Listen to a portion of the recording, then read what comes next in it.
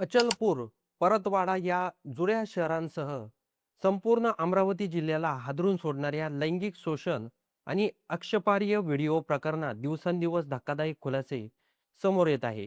या प्रकरणातील मुख्य आरोपी आयान अहमद यांच्या अचलपूर येथील घरावर प्रशासनाने मोठी कारवाई करत बुलडोझर चालवला आहे. बुधवारी दुपारी अचलपूर नगर परिषदेचे पथक जेसीबी आणि बुलडोझरसह घटनास्थळी दाखल झाले. यावेळी घराचे सर्वेक्षण करण्यात आले असता काही बांधकाम बेकायदा असल्याचं स्पष्ट झाले. प्रशासनाने यापूर्वीच नोटीस बजावली होती आणि त्यानुसार कारवाई करत घराच्या बाजूला असलेले लोखंडी जिना आणि अतिक्रमणात भाग जमीनदस्त करण्यात आला आहे. या संपूर्ण कारवाई दरम्यान कोणताही अनुचित प्रकार घडू नये म्हणून पोलिसांचा कडेकोट बंदोबस्त ठेवण्यात आला होता. स्थानिक नागरिकांनी मोठ्या प्रमाणात गर्दी केली होती.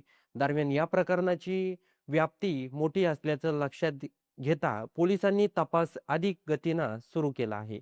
ग्रामीण पोलीस अधीक्षक विशाल आनंद यांनी या प्रकरणासाठी विशेष तपास पथक म्हणजेच एस-आय-टीची स्थापना केली. या पथकाचे नेतृत्व सहाय्यक पोलीस अधीक्षक डॉक्टर शुभम कुमार करत आहेत. या टीममध्ये 10 अधिकारी आणि 36 पोलीस अंमलदारांचा समावेश आहे. या पथकाला केवळ प्रकरणावर लक्ष केंद्रित करण्याच्या स्पष्ट सूचना देण्यात आल्या आहेत. आता या प्रकरणातील सर्वात धक्कादायक बाब म्हणजे आरोपीच्या मोबाईलमधून मोठ्या प्रमाणात व्हिडिओ डाटा जप्त करण्यात आला आहे. आरोपीने अटक टाळण्यासाठी आणि पुरावे नष्ट करण्यासाठी मोबाईलमधील डाटा डिलीट करण्याचा प्रयत्न केला होता. मात्र सायबर तज्ज्ञांच्या मदतीने हा डाटा पुन्हा मिळवण्याचे काम युद्ध पातळीवर सुरू आहे. सोशल मीडियावर व्हायरल झालेले व्हिडिओ हटवण्यासाठी महाराष्ट्र सायबर विभाग सक्रिय झाला आहे. तसंच हे व्हिडिओ फॉरवर्ड करणाऱ्यावरही पोलिसांची करडी नजर आहे.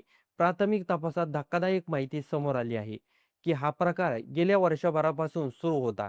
त्यामुळे यामागे एखादी मोठी संघटित रॅकेट कार्यरत असल्याचा संशय पोलिसांनी व्यक्त केला आहे. तपासादरम्यान चिखलदरा परिसरातील काही हॉटेलचे सीसीटीव्ही फुटेजही तपासले जात आहे.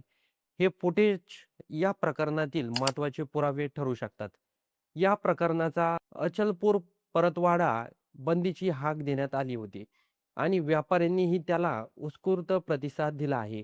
त्यामुळे या घटनेविषयी जनतेत तीव्र संताप असल्याचं स्पष्ट झालं आहे. दरम्यान प्रशासनाने आरोपीच्या घराच्या उर्वरित बांधकामाबाबत 30 दिवसाची नोटीस दिली आहे. आवश्यक कागदपत्र सादर न केल्यास उर्वरित बांधकामही जमीनदस्त करण्याचा इशारा देण्यात आला आहे.